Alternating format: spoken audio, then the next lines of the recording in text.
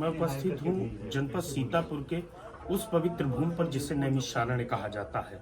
और ख़ास बात तो ये है कि मैं नैमिषारण्य की उस जगह पर उपस्थित हूँ जहाँ पर वेद व्यास धाम है और वेद व्यास धाम के प्रमुख भी मेरे साथ में हैं। इसके अलावा गहमा गहमी का माहौल है क्योंकि 84 कोसी परिक्रमा का आगाज हो रहा है। आने वाले कल से 84 कोसी परिक्रमा शुरू हो जाएगी और इसे शुरू होने में चंद घंटे ही बचे हैं। सभी संत समाज की ओर से उनकी तैयारियां चल रही हैं और सभी अपनी अपनी तैयारियों में मशगूल नजर आ रहे हैं। किस यहाँ के संत की कौन सी तैयारी है उनके विषय में भी बात करेंगे और इसके साथ साथ में उन संतों के दर्शन भी कराने का प्रयास करेंगे जो इस परिक्रमा में शामिल हो रहे हैं अपने तमाम रामा दल के साथ में, अपने तमाम परिक्रमार्थियों और साधु संतों के साथ में। तो मेरे साथ में नैमिषारण्य के महान विख्यात कथावाचक श्री अनिल कुमार शास्त्री जी हैं। मैं इनसे बात करता हूं कि आने वाली कल जो परिक्रमा प्रारंभ हो रही है नैमिषारण्य के तीर्थ क्षेत्र से, उसके लिए क्या तैयारियां की गई हैं और उन तैयारियों को अमली जामा किस तरह से पहनाया गया है। गुरु जी प्रणाम करता हूँ। गुरु जी, जो परिक्रमा को लेकर के तैयारियां की गई हैं, सुनने में आ रहा है कि तमाम हाईटेक रथों को सजाया गया है रामा दल में शामिल करने के लिए और आपका रामा दल इस बार विशेष माना जा रहा है शासन प्रशासन की नजर में भी और आम जो परिक्रमार्थी जो संत हैं। क्या ऐसी खास तैयारी है जो चर्चा का विषय बनी हुई है गुरु जी?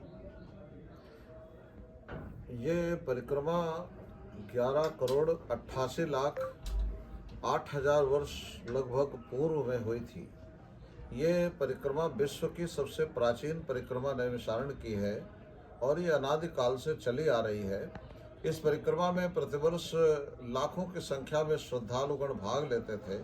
इस बार महाप्रयाग में कुंभ हुआ और कुंभ स्नान करने के लिए लाखों करोड़ों की संख्या में श्रद्धालु तीर्थ यात्री आए और जब वहाँ कुंभ होता है तो उसके पश्चात नैमिषारण्य में वो कुंभ की समाप्ति के पश्चात सारे संत समाज के लोग यहाँ नैमिषारण्य आते हैं और ये परिक्रमा करते हैं। तो हमारा मंतव्य ये है कि नैमिषारण्य में 88,000 ऋषि हैं, 33 करोड़ देवता हैं, 3.5 करोड़ तीर्थ हैं। तो ये सारे तीर्थ नैमिषारण्य में वास करते हैं। तो आप अयोध्या जाओ तो वहाँ मथुरा नहीं मिलेगी, मथुरा में जाओगे तो वहाँ काशी नहीं है, काशी में जाओ तो वहाँ द्वारिका नहीं है। तो लेकिन नैमिषारण्य में सारे तीर्थ मौजूद हैं और फाल्गुन मास में ये यात्रा होती है। महर्षि दधीच ने यही हड्डियों का दान दिया था। उस समय देवराज ने यहाँ 33 करोड़ देवता, 3.5 करोड़ तीर्थ और 88,000 ऋषियों को नैमिषारण्य में आमंत्रित किया था। तो सारे देवता यहाँ पर वास करते हैं और महर्षि गर्गाचार्य के अनुसार फाल्गुन मास में यदि यहाँ परिक्रमा की जाती है तो उसमें परिक्रमा में 1000 गुना अधिक फल साधकों को प्राप्त होता है। तो हम सब लोग भी इस परिक्रमा में इस बार सम्मिलित हो रहे हैं और हम यहाँ के निवासी हैं, व्यास संप्रदाय से हैं।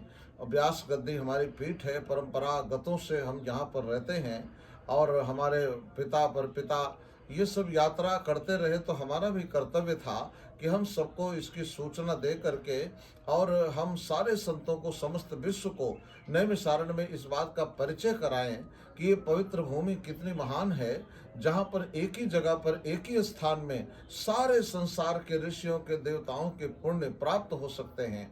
तो हम सबको नैमिषारण्य में आवाहन करते हैं और इसमें हमारे 3 रथ जाएंगे। एक तो महर्षि दधीची का रथ जाएगा क्योंकि दधीच ने यहाँ पर हड्डियों का दान दिया था। वो नहीं होते तो 33 करोड़ देवता, 88,000 ऋषि, 3.5 करोड़ तीर्थ नैमिषारण्य में न होते। और हम भगवान रामा दल को ले जा रहे हैं, राम लक्ष्मण जानकी हनुमान, क्योंकि जब उन्होंने यात्रा की थी सतयुग में तो उसके पश्चात भगवान राम ने भी त्रेता युग में नैमिषारण्य की यात्रा की थी। और इसमें लिखा हुआ है कि अयोध्या तो कितनी महान थी, लेकिन भगवान राम नैमिषारण्य में इसलिए उन्होंने फाल्गुन मास में ये परिक्रमा की थी क्योंकि सहस्त्र गुना फल उनको भी प्राप्त हुआ था और कर्म के सहस्त्र गुना अधिक फल अगर प्राणी को प्राप्त होता है तो इसमें कोई दिक्कत की बात नहीं है, उसको मिलना चाहिए। तो इसलिए परिक्रमा होती है। और तीसरा भगवान वेद व्यास, उनका रथ साथ में जाएगा क्योंकि वेद व्यास नहीं होते संसार में तो हमारा मार्गदर्शन कौन करता, हमको कौन बताता कि यहाँ महर्षि दधीची आए थे, यहाँ 88,000 ऋषि थे, 33 कोटि देवता थे। तो आगे आगे उनका रथ चलेगा और उसके पीछे दधीची ऋषि, फिर भगवान राम, ये तीनों रथ यात्रा में प्रस्थान करेंगे। आने वाले लोगों के लिए हमने बहुत प्रयत्न किया है कि सब लोग आएं, भारी संख्या में लोग इस यात्रा में मौजूद हों। और यहाँ 33 करोड़ देवता हैं, 88,000 ऋषि हैं, सारे तीर्थ लुप्त हो चुके हैं। तो हम अपनी भारत सरकार से, प्रदेश सरकार से, माननीय मुख्यमंत्री जी से इसके ऊपर बहुत आग्रह करेंगे कि जैसे उन्होंने सब जगह खुदाई करा करके तीर्थों को निकाला, काशी में निकाला, अयोध्या में निकाला, अभी संभल में निकाला, तो नैमिषारण्य के भी जो तीर्थ हैं वो समय देश काल के चलते हुए भूमिगत हो गए हैं। तो उनको भी खुदाई करके निकाला जाना चाहिए, जिससे उनका मूर्त रूप स्थापित हो सके। तो जहाँ जहाँ वो तीर्थ स्थल हैं, हम सब लोग अपनी यात्रा लेकर के जाएंगे और इसमें बहुत भारी संख्या में श्रद्धालु अमेरिका से, लंदन से, आंध्रा से, पूरे विश्व से लोग इसमें सम्मिलित हो रहे हैं। तो हम आप सब लोगों को ये प्रार्थना करते हैं कि इस परिक्रमा में, ये हर वर्ष की जाती है, इस वर्ष आप करते हैं तो आपको बहुत बहुत धन्यवाद है। और अगर नहीं कर पा रहे हैं तो अगले वर्ष तैयारी करके नैमिषारण्य की यात्रा अवश्य करें। ये नैमिषारण्य की परिक्रमा 84 लाख योनियों से मुक्त करती है, 84 प्रकार के दोषों को नष्ट करती है और 84 लाख योनियों में बारंबार भ्रमण नहीं करना पड़ता। तो जब मानव शरीर मिलता है तो ये नैमिषारण्य की यात्रा कम से कम एक बार अवश्य करनी चाहिए। गुरुजी, 84 कोशी परिक्रमा में आप पहली बार शामिल हो रहे हैं, जबकि ये सदियों से परंपरागत रूप से चलती चली आ रही है। लोग कयास नहीं लगा पा रहे हैं, वो सोचने पर विवश हैं कि इस बार शास्त्री जी शामिल हो रहे हैं, यानी वेदव्यास धाम के संत शामिल हो रहे हैं, तो इसका मतलब संख्या बड़ी होगी, भीड़ अधिक होगी। गुरुजी, ऐसा कुछ है क्या? नहीं, हम तो यात्रा में, हम तो प्रारंभ से ही नैमिषारण्य का प्रचार प्रसार करते रहे हैं। हमने नैमिषारण्य को करीब करीब 35 वर्षों से हमने टीवी के ऊपर, आस्था चैनल, पेपरों के माध्यम से, कथा में जा जा करके सबको नैमिषारण्य के लिए आह्वान करता रहा हूं कि नैमिषारण्य आइए। और इस बार भी हमने सब लोगों को आह्वान किया है। ये पुण्य का कार्य है, दूसरों को प्रेरणा देना ये अच्छी बात है। तो हम सब लोगों को बुलाते हैं, जिससे यहाँ राजस्व बढ़ेगा। यहाँ लोग आएंगे तो यहाँ के लोगों को, कोई चाय पिएगा तो यहाँ का फायदा होगा, कोई अमृत बेचेगा, फलाहार करेगा तो उसको फायदा होगा, गाड़ियों में जाएगा तो गाड़ी वाले को फायदा होगा, पंप पे डीजल भराएगा तो उसका फायदा होगा। तो हमें कोई घाटे का सौदा नहीं दिखता। और जो लोग आ रहे हैं उनको इतना महान पुण्य सहस्त्र गुणा फल प्राप्त होगा, इससे अधिक तो खुशी की बात नहीं है। तो हम तो सबको आह्वान करते हैं कि नैमिषारण्य में आए, और भारी परिक्रमा होने की संभावना है।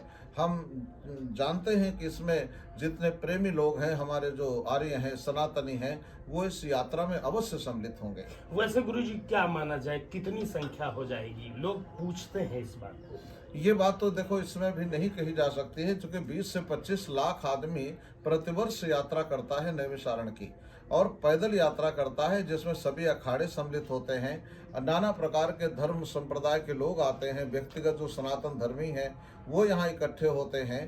तो ये संख्या के विषय में तो नहीं कहा जा सकता है, लेकिन अनुमानित यही है कि यहाँ 20-25 लाख लोग इस यात्रा में सम्मिलित होते हैं, क्योंकि पहला उसका जो अग्रणी शिखर है वो पड़ाव के ऊपर चला जाता है, दूसरे पड़ाव पे चला जाता है, और पीछे का जो मार्ग है, प्राणी है, गाड़ियाँ हैं, वो सब यहाँ नैमिषारण्य में रह जाती हैं।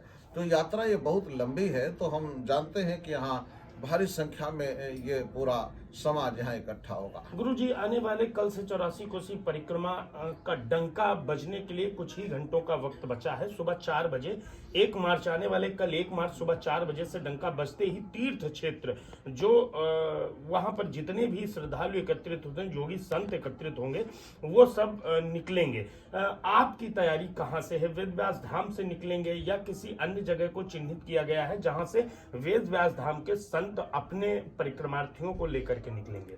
नहीं, हमारा तो ये प्रयत्न है, श्री वेद व्यास धाम में इस समय रथ खड़े हुए हैं, पूरी तैयारी के साथ खड़े हुए हैं, और अभी इनकी भगवान की आरती होगी, और आरती होने के पश्चात ये अपने निज धाम व्यास गद्दी पहुंचेंगे, और व्यास गद्दी में रात्रि वहां विश्राम करेंगे। भगवान वेद व्यास जी का आवाहन करके उनको रथ में विराजमान किया जाएगा, उनकी दिव्य प्राण प्रतिष्ठा की जाएगी, दधीच की होगी, भगवान राम की होगी, और उसके बाद वो प्रातः काल 4 बजे शंखनाद करके व्यास गद्दी से सब लोग प्रस्थान करेंगे। चक्र तीर्थ जाएंगे। चक्र तीर्थ में चक्र नारायण भगवान के दर्शन करके भगवान भूतनाथ और भगवान गणपति को लड्डू का भोग लगा करके वहां से प्रस्थान करते हुए माता ललिता माँ के दर्शन करते हुए आगे की यात्रा में प्रस्थान करेंगे।